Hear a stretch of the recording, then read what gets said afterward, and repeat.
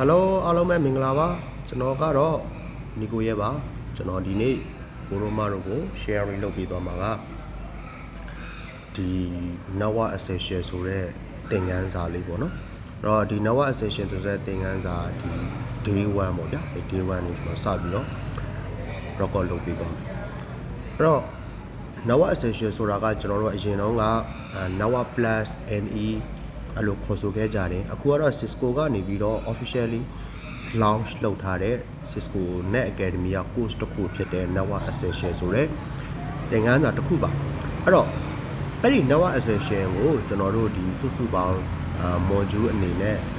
30ကျော်လောက်ကျွန်တော်တို့လေ့လာမှာပေါ့လေ module 16ခု19ခုခု20လောက်လေ့လာမယ်အဲ့တော့အဲ့ဒီလေ့လာတဲ့အချိန်မှာဒီတော့ free course class နဲ့လည်းကျွန်တော်တို့ join လို့ရတယ်လို့ဒါNawa Cisco ရဲ့တကယ် official class မှာသွား join လို့လည်းရတယ်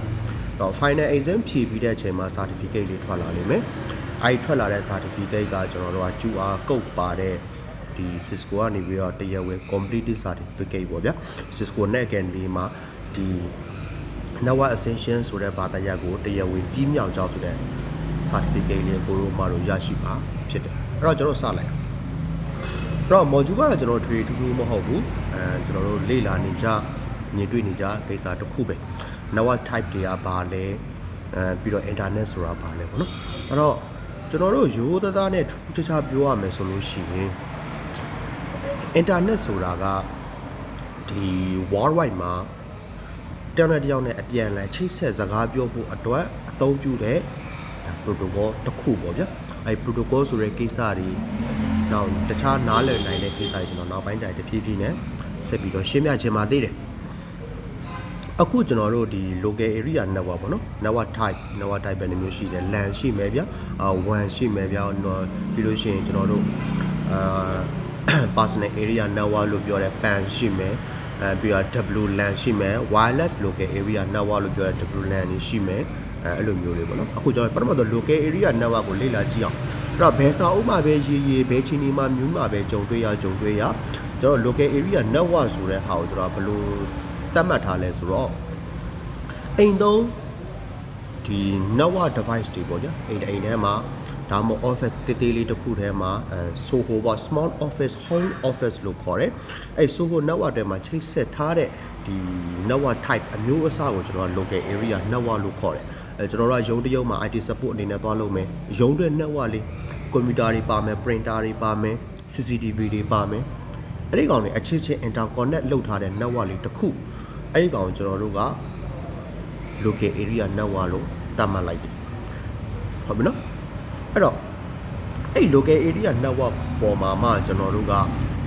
internet ကိုချိတ်ဆက်ပြီးတော့အသုံးပြုမယ်ကျွန်တော်တို့ရဲ့ network ကျွန်တော်တို့အလုပ်ဝင်နေတဲ့ company တစ်ခုရှိတယ်အဲ့ company ကတခြား branch company တစ်ခုသွားဖွင့်မယ်ရန်ကုန်မှာရုံးခွဲတွေဖွင့်မယ်မန္တလေးမှာရုံးခွဲတွေဖွင့်မယ်ကျွန်တော်နေပြည်တော်မှာရုံးခွဲတွေဖွင့်မယ်အဲ့လိုမျိုးရုံးခွဲတွေဖွင့်လာတဲ့အချိန်မှာတခြား network တွေသွားပြီးတော့ချိတ်ဆက်ရမယ်ဆိုလို့ရှိရင်တော့ဒီကောင်တွေဒီwide area network ဖြစ်သွားမှာပေါ့ဒါရိုးရှင်းလေးပဲဟုတ်ပြီနော်အဲ့တော့ဒါပေမဲ့အခုနောက်ပိုင်းကျွန်တော်တို့ကဒီ local area network နဲ့ wide area network အစားဘယ် network တွေပို့ပြီးတော့အလေးသာလာလဲဆိုလို့ရှိရင် mobile device တွေပေါ့အသုံးပြုတဲ့ network တွေအခုအကိုတို့မတို့အတွက်ကျွန်တော် record လုပ်နေတာတော့မှ mobile device နဲ့ကျွန်တော်လုပ်နေတာအဲ့တော့အဲ့ mobile device တွေမှာဘာတွေပါလာလဲဆိုလို့ရှိရင် internet session တွေပါလာတယ် wifi တွေပါလာတယ် camera တွေ GPS တွေ media player တွေအဲ့ဒီကောင်တွေနဲ့ချိတ်ဆက်ပြီးတော့အသုံးပြုတဲ့အချိန်မှာကျွန်တော်တို့ကခုန local ဆိုတဲ့ကိစ္စထက်ကိုဘာတွေကိုပို့ပြီးတော့အားတာလဲဆိုလို့ရှိရင် wide area network ကိုပို့ပြီးတော့အားတာတယ်local ထဲမှာတော့မှကျွန်တော်တို့က wireless local area network ကိုပို့ပြီးတော့အားတာကြတယ်အဲ့လိုမျိုးအားတာကြတာဖြစ်တဲ့အတွက် mobile device တွေကလက်ရှိဒီကျွန်တော်တို့ရဲ့ internet networking လောကမှာတဖြည်းဖြည်းနဲ့နေရာယူလာတယ်အဲ့ထက်မှဒီ smart watch တွေပါလာမယ် smart watch တွေဆိုလို့ရှိရင်ကျွန်တော်တို့က personal area network ပေါ့တကိုယ်ကြီးတကာရသုံးတဲ့ network တွေပါလာအဲ့လို network တွေပါလာအဲ့တော့ခုနတော့ကျွန်တော်တို့ Soho network လေးမှာဒီ CCTV network တွေပဲကျွန်တော်ချိတ်ဆက်ထားတယ်အဲ့ဒီကောင်တွေလည်းသုံးမယ်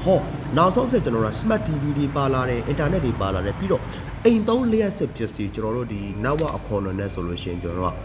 household appliance လို့ခေါ်တာပေါ့နော်အဲ့တော့ အဲ့ဒီအိမ်သုံးလျှက်စစ်ပစ္စည်းဒီမှာတောင်မှနောက်ဝဆိုတဲ့ function လေးတစ်ခုပါလာတယ်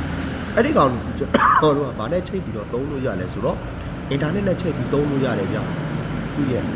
အာသာချက်ကနောက်ဆုံး game set ပြီးအရင်တော့ကျွန်တော်တို့က game set တွေ P2 လေးသွားဆော့တယ် P3 လေးသွားဆော့တယ်တမန်ကရှန်ပါပဲနောက်ပိုင်းကျတော့ကျွန်တော်တို့က PS4 တွေဖြစ်လာတယ် PS5 တွေဖြစ်လာတယ် Nintendo Switch တွေဖြစ်လာတယ် handle Steam Disk တွေကျွန်တော်တို့သုံးလာကြတယ်အကောကကျွန်တော်တို့ကဘယ်ပုံမှာပဲသွားလဲ internet ပုံမှာပဲသွားတယ်နောက်ဆုံးကျွန်တော်တို့ကို transportation လုပ်နေတဲ့ smart